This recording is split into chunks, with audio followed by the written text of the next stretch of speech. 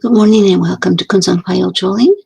So happy to have you with us today, and so happy to be sharing a teaching by Jetsunma and Lhamo. This teaching has been divided into two parts because it was pretty long, and the title is Practice Deeply Vajrayana Style. This is part one. It was given in 1999, and we'll begin now.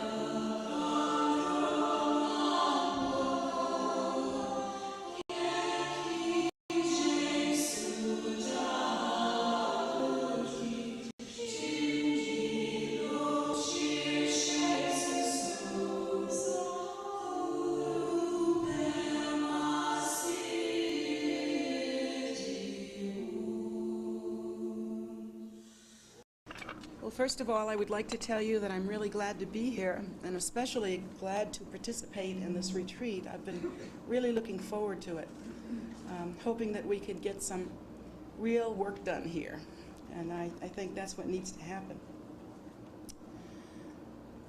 As many of you know, we are starting a retreat at 2 o'clock this afternoon, and this retreat will lead up to and probably past the time of the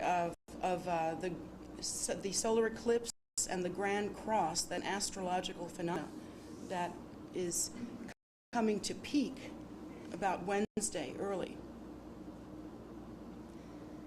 And because we are all connected, and because the universe as it is manifested is synchronous, there are connections between us and everything else. And so each of us in our own way not only participate in whatever universal energies that come together and make patterns, but we also are causative factors. We also are factors having to do with result. There is such an intimate connection between what we know to be ourselves and the external phenomena of our universe. And yet, of course, that is invisible to us. For the most part, we are unable to understand that or to see that. Nothing in our ordinary sentient experience shows us that this is in fact the case, because our sentient experience is based on the senses. Senses are developed and geared and targeted to fulfill the suppositions of the mind of duality. So, because that is so, we are unable to see our nature in its all-pervasive, omniscient form, if you will.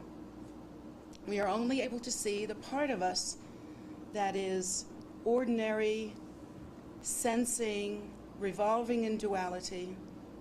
So this is all we are able to understand.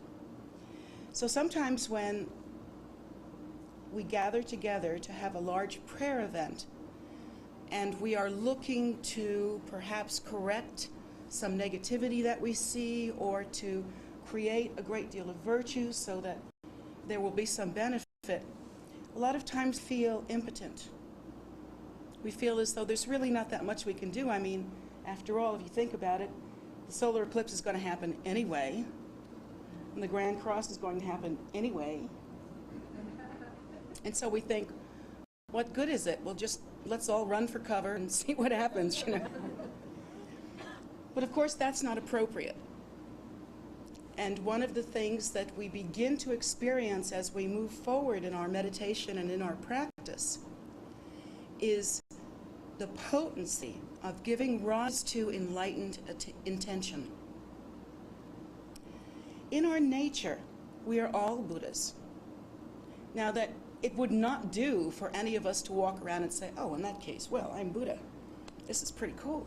And I don't have to do anything. I don't have to practice. I don't have to change. I don't have to do anything. That would not be appropriate, yet still in all, we have to realize that in our nature, we are that primordial wisdom state, which is called the Buddha nature. So when we come to pray and to pacify some negative event or in order to bring about some virtue and maybe balance the scales a little bit differently than we are, how do we understand our own potency if we're not able to see it or actually relate to it in a touchable, feelable, smellable way? How can we do that? Well, one of the things that we should focus on and should take advantage of is the structure and the comfort of having such a tremendous lineage as we do. Because if we were to accomplish our practices correctly, we not only call on the blessings of the lineage that we are part of, but we also depend on those practitioners that came before us. We depend on their practice having been very pure. We depend on their practice having been very potent. We have many practitioners who became teachers and their students as well, who they taught, throne holders, lineage holders, great bodhisattvas that are a part of our lineage that have kept it pure and kept it potent. And so there has been no failing in that direction. And we should, when we gather the blessings of the lineage and actually invoke that enlightened intention, we should have a great deal of confidence. Now, the confidence, again, is not to be thought of as something separate from ourselves. We should not think, oh, there's the lineage, they're going to do a great job. That also would not be appropriate. Because when we think of this lineage and we think of these wonderful practitioners that have passed on these very teachings and the very ones that we are about to engage in, the very practices that we are about to engage in, we should think that their sole purpose was to give rise to compassion, to give rise to the bodhicitta, to give rise to enlightened intention in such a way as to create an opening or a clarity that each one of us can take and absorb. Yet when you think about it, these great Buddhas and Bodhisattvas that have come before us are simply the display of enlightened intention, simply the display of enlightened mind, simply the display of enlightened speech and body. And this is especially true when we think of Guru Padmasambhava, that he is the very display of enlightened mind, the very display of enlightenment itself, of Buddhahood. He is considered to be an emanation of the Buddha, and it is to him that we turn when we accomplish the practices we're going to be doing for the next 4 days, relying on his wisdom, his intention, his compassion, his clarity. But not in an external way. Instead, we are supposed to act as if, or act like, we are assuming the same posture of giving rise to enlightened intention. So while we think that maybe Guru Padmasambhava is separate, maybe the lineage is separate, we should also think to ourselves that they represent the enlightened intention, enlightened mind that is our very nature. So there is a posture of non-duality that one has to move into.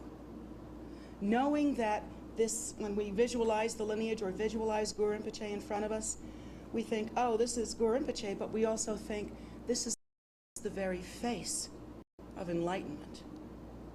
this face that is my nature, inseparable from me, from that which I truly am, actually. And so we move into a place of giving rise to that kind of non-duality through expressing the potential of the enlightened mind, actually the enlightened body, speech, and mind. When we engage in that way, we are not only able to clear our ordinary confused perception and experience, but we are also taught to be able to give rise to enlightened appearance that is based on the primordial nature, that which is true.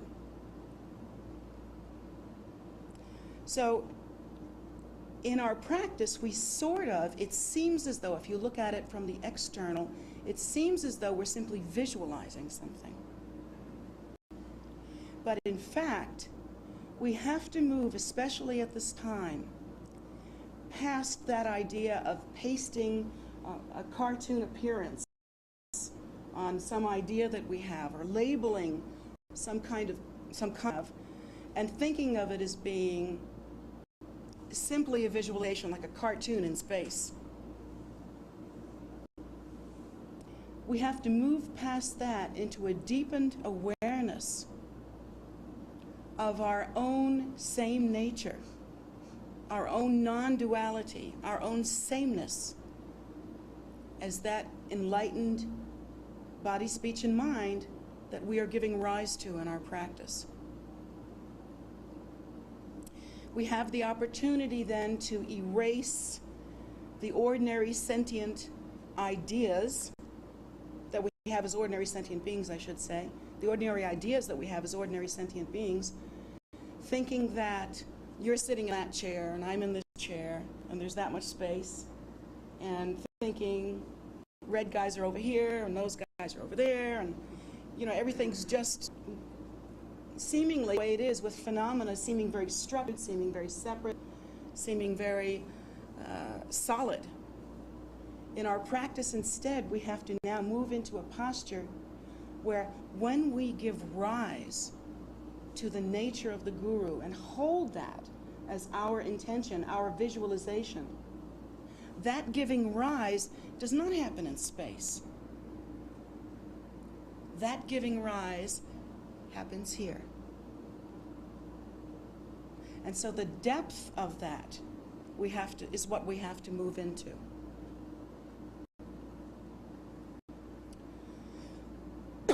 Excuse me.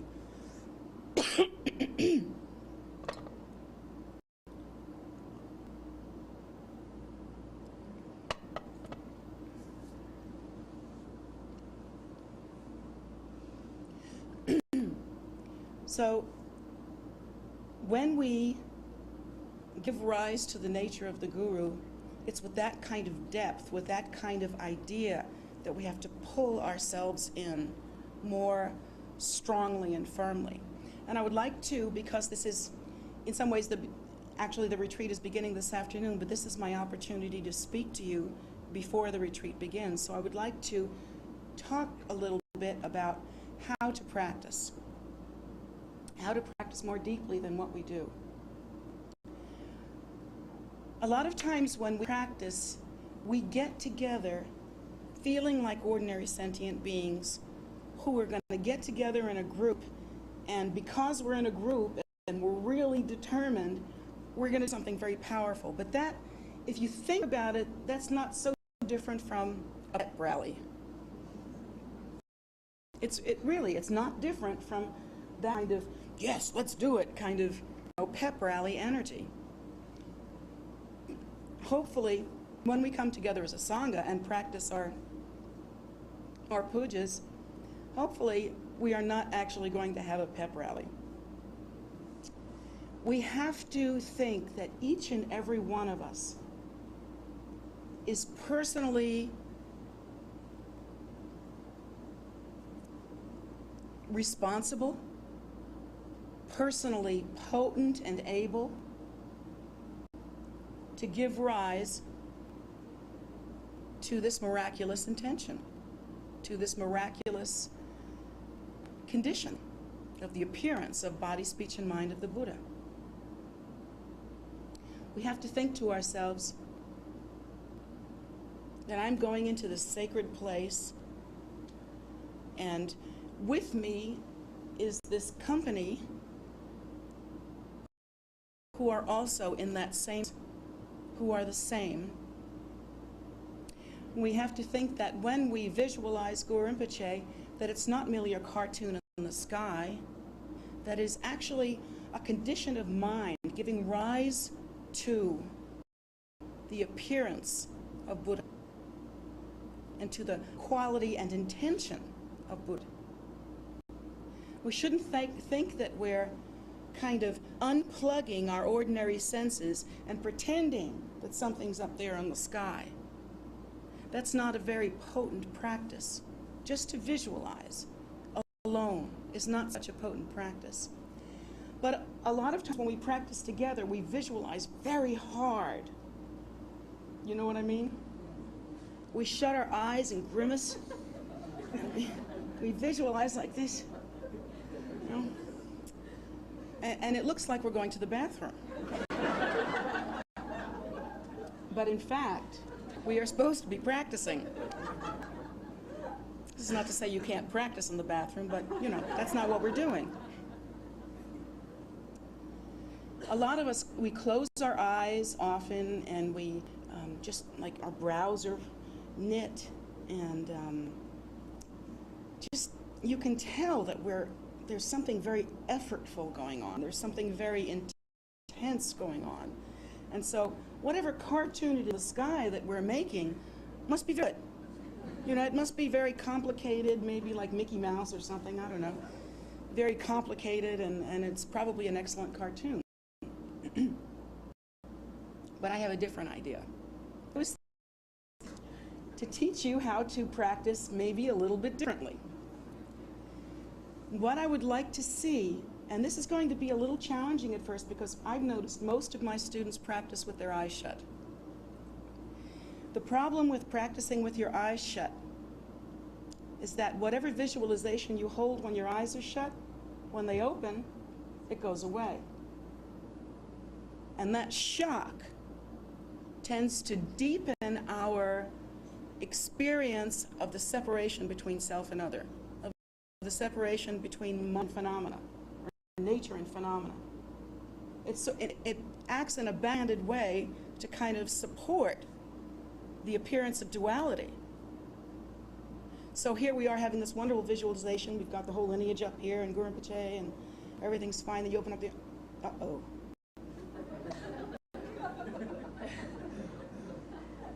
So there. And although we don't realize it in a subtle but very powerful way, that robs us of confidence. It keeps us from understanding anything other than we are doing some kind of activity. It keeps us from being able to have confidence in the potency of our practice. So what I would like to suggest is something a little bit different, something that all of you are unused for the most part. And that is that you meditate like this. First of all, what I found to be useful is you want to find a spot in front of you that you can always look back to if you need to pull yourself back to your visualization. Find a spot, like let's say I'm looking at one of the circles on one of the tours right there. So that's perfect because it's not too high, it's not too low, it's just right. Now, while I've got that spot as my picked spot, and that's how I can orient myself, you know, by looking at that spot and knowing that it's there, I put myself in this place, at the same time actually looking at that spot. I'm actually gazing at the space in front of oneself. Now, how do you do that? Everybody says, you're looking at the spot or you're gazing at the space. You can't do both, but you can actually. One thing that you can do is when you're looking at that spot, you're looking at it with your two eyes. You can actually, the eyes relax so that the gaze does not actually see that dot with two eyes, but instead is simply resting on the space in front of it. In other words, your eyes go a little bit out of focus. Did you ever do this when you were a little kid and there was the Christmas tree was in your house?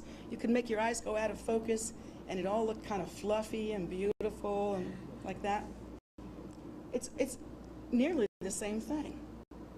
To gaze into the sky in front of oneself is some kind of eye thing, okay? Now, you've got your spot picked, and the reason why you need that spot is so that you can bring yourself back to it in case your mind is busy or it wanders, okay? So I've got my spot, but actually I'm gazing in the sky in front, and I'm now building my visualization. I'm seeing Guru Rinpoche. How can I do that? He's up there and I'm looking there. Because I'm not visualizing in the sky. I'm visualizing in my mind. There's a difference. I'm not pasting a cartoon on the sky. I'm visualizing in my mind. There's a contact with that that's a little bit different than what we're used to. So anyway, I've got my orientation point, and yet I'm gazing in the sky in front of myself, and then I can see Guru Rinpoche there in union with consort, and I can see all the objects of refuge. But I'm not looking up there at them, and I'm not closing my eyes so that I can visualize up there. I'm giving rise within myself.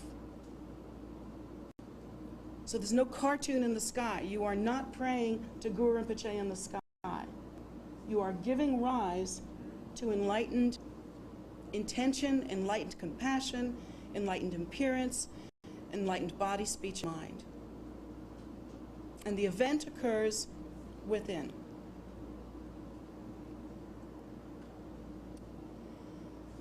When our minds are busy and we're thinking of many things, our eyes always move around. You know that from REM sleep.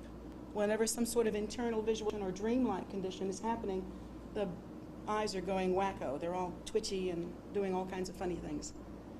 Well, the same thing happens to us when our minds are busy, when we're awake. The same thing happens. Our eyes become very busy. We're looking down this way, or we're looking up that way, or just, we don't even realize it. You can't tell when your eyes are moving. If you're thinking deeply, you can't tell that that's what's happening. So you have to use that orientation spot to help you be mindful of keeping the mind, and therefore the eyes, very still. So when we're gazing at that, we're using that spot, but we're gazing actually at the sky in front of oneself, and then we have the visualization going, you'll notice at some point the eye drifts down. Whoops, back up again. Oh, there it goes. Oh, there it goes. And you'll notice that this happens quite a bit. It happens, it correlates with your mental activity. It correlates with your mind. So in one way you want to still the mind so that your eyes aren't moving, but in another way you're also not moving your eyes so that your mind will remain more still. It's burning the candle at both ends in a sense. You're trying to hit it from both angles.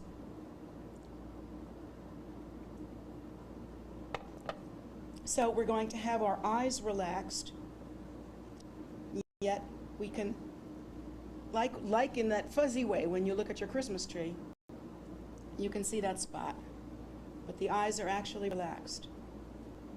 And so long as the mind is relaxed, the eyes will stay there. Now, if we meditate with our eyes open, like that, sort of half closed, sort of relaxed, you know, not squinty, not black-eyed Susan, you know, just relaxed. And when we do that and allow our eyes to relax in this one place, the mind naturally follows suit.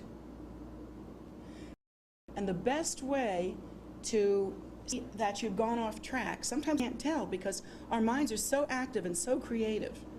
We can be totally off track and still be thinking we're holding that visualization at the same time. Our minds are just funny that way. So we can watch and see what's happening by checking again and again and again, am I in line with that spot that I've picked? And if not, reorient yourself and see that, you know, gaze in front of that spot again. Now, in this practice, when we do the practice this afternoon, we are trying to accomplish something. We're not getting together to look like Buddhists. We're not getting together because it's Buddha Day and it's time to practice. It's not like that. We're getting together because we want to leave this world in a better condition than we found it. We're getting together because we want to see the end of suffering. We're getting together because we want to create some amazing storehouse of virtue that all sentient beings can be nurtured by. And that even if there is some difficult astrological configuration, or even if there is some kind of external event that would trouble us all, still in all, if we create this storehouse of virtue and offer it to all sentient beings, the situation will be the very best it could possibly be. So that's the goal. The goal is to make every condition as benign in its ripening, as liberating in its capacity as it can possibly be. We're really trying to accomplish something here. So the danger is that we will continue with our old prayer and meditation habits, our habitual tendencies, and we'll kind of do our Sunday go-to-meeting thing, you know. We'll gather together and we'll look like Buddhists, and then we'll leave, and then we're left, and you know, it's just it's a very superficial practice. Instead, knowing that we have so much to accomplish, we have to ask ourselves how it is that we're going to do this. With what energy? Well, that energy comes from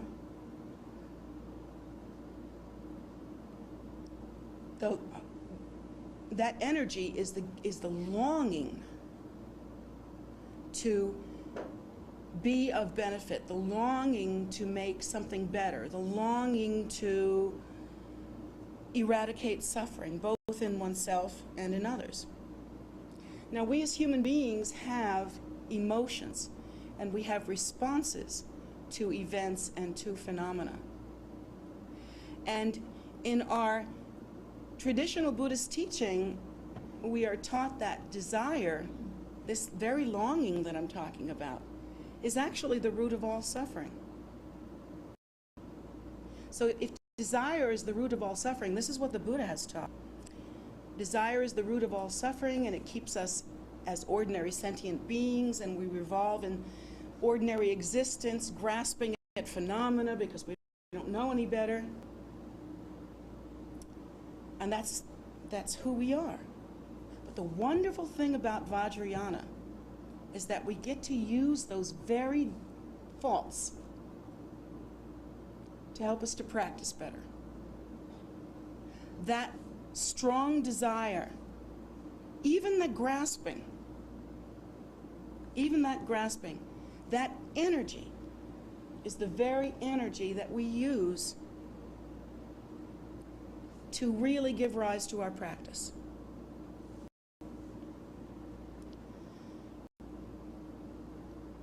really, Vajrayana offers possibly the only opportunity to really grasp and desire and have it be okay, and have it be virtuous. But this grasping and desire, of course, must change form. If we grasp at ordinary phenomena, even the phenomena of us meditating, if we grasp at that will produce no good result.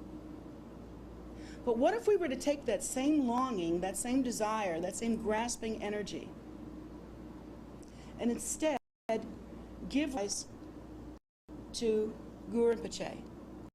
And of course, as Guru Rinpoche, we also see our own root teacher as being the same as Guru Rinpoche, inseparable.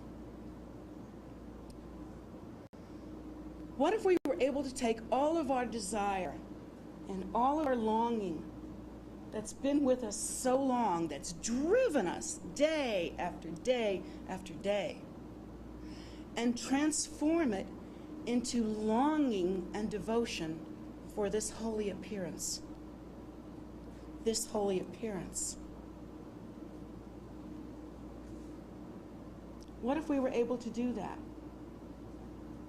Well, if we really were able to take even the desire and longing that we felt in one day, if we could somehow take all of that energy and put it into devotional practice, no idea what progress you would make at that time.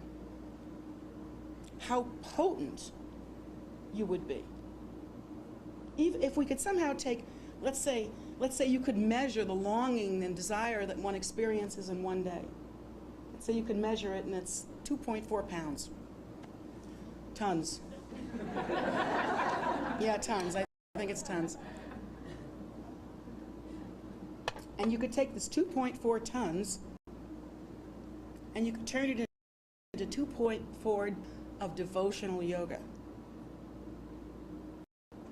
Wow. You wouldn't even be the same person. You would be totally transformed. If you could take all of that desire and all of that longing and transform it into the desire and longing for this enlightened appearance, you would be different. And everything around you would be different as well. So when we sit down to do our practice, we shouldn't think in a cold and sort of cerebral way. We shouldn't think, now I've come here with my friends and we're going to sit down and we're going to do this practice, and I know how to pronounce those words now, so I'm pretty good at it, and you know, I know what page to go to and have the lung for everything, so I'm pretty good. That's not the kind of practice that we want during this retreat. What we want during this retreat is to be able to give rise to the awareness of Buddhahood in all phenomena. Give rise to the awareness of Buddhahood within our own body, speech, and mind. Give rise to the awareness of Buddhahood in its natural state. We want to practice so deeply that the mind is totally relaxed, the eyes are not flitting all over the place, the body is relaxed, and in that relaxation is a great deal less, because we're not trying very hard to pray, which I sometimes see people doing. Instead, we are comfortable and relaxed and spacious, and all of our longing becomes focused. And instead of becoming that which causes us suffering, actually becomes a tool, an energy tool that will bring about benefit. We're focusing this energy that is our custom, is our habit, is our way, is our pattern, that's there anyway. We're focusing it and giving rise to heightened intention. So this longing is the most powerful force that we as ordinary sentient beings can produce. It is the driving force of ordinary sentient beings. We talk about, the Buddha talks about hatred, greed, and ignorance as being the three main negative qualities associated with being a sentient being. So these habits, this hatred, this greed, this ignorance, they come about because we have given rise to the duality, because we believe in self-nature as being inherently real. And whatever we see, whatever it is, we react toward it with attraction or repulsion or neutrality. Now, neutrality sounds like the best way to go, but not in this way. Not in the way that I'm describing it. Reacting with neutrality towards external phenomena happens after you've checked out. Acting with rejection or feeling rejection or feeling attraction. And if they balance out fairly well, you're in neutrality. Well, that's not what we want. Our habit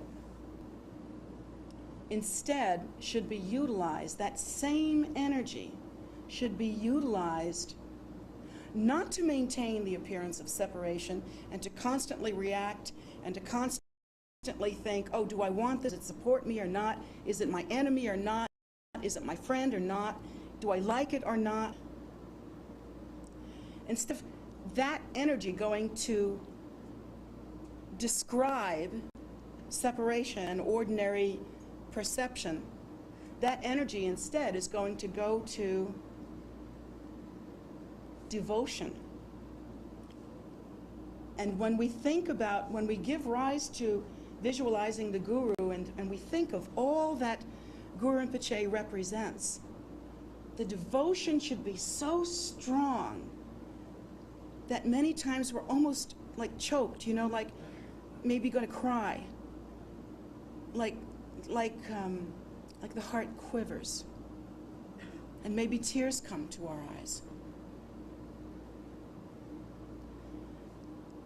The ability to have devotion like that is really the same energy that we use to create our ordinary sentient being reactions. But it's transformed and it's utilized differently. Energy's energy. It only depends on how we focus it. So instead of having some kind of commitment to do a good practice or to be a good Buddhist or whatever it is that, or to make our mothers really mad at us because we are Buddhist, any of those things that we do, now we have to transform that and think differently. That energy is being used for something else.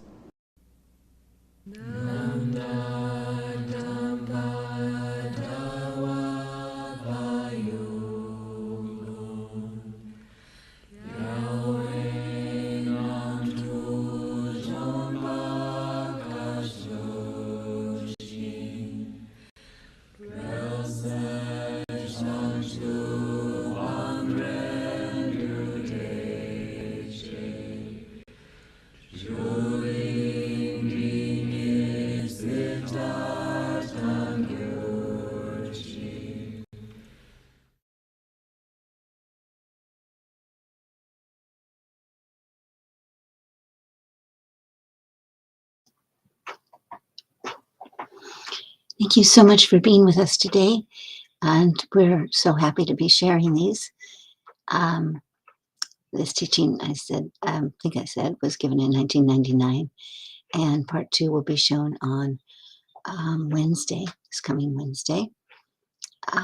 So we do show these on Mondays and or Sundays and Wednesdays, 11 a.m. Sundays and 7:30 p.m. Wednesdays, with the exception of the fourth Wednesday of the month when Kempo Karze will be having Q&A on that day. So you can pick up on that. The Kempo Karze is also teaching every other Saturday at 7 p.m. And we'll have a schedule out that will make that more comprehensible. We've gotten a little confused because he counts differently than we do. So, so we're getting it together. Not to worry, all will be well. And you will have a good schedule to work with. We're working this kind of as a subscription so that people can subscribe per month. And that way they can get the teachings and the Q&A, kind of all together in a package. So, at a discount. In any case, we're glad you're here. We're glad you're joining us. Come check out our calendar on tara.org. And that calendar will have practices that we do and times and locations and a way to join and anything else that you need. So, just come check it out and come hang with us if you wish and join in our practices and make a difference in the world, I guess. If you're local, we would love to see you. Come by, please. We are open dawn to dusk outside and 8 a.m. to 8 p.m. inside the prayer room. So enjoy, and we welcome you, and we're thrilled to have you come. So have a wonderful week, and we love you to the moon. Thanks.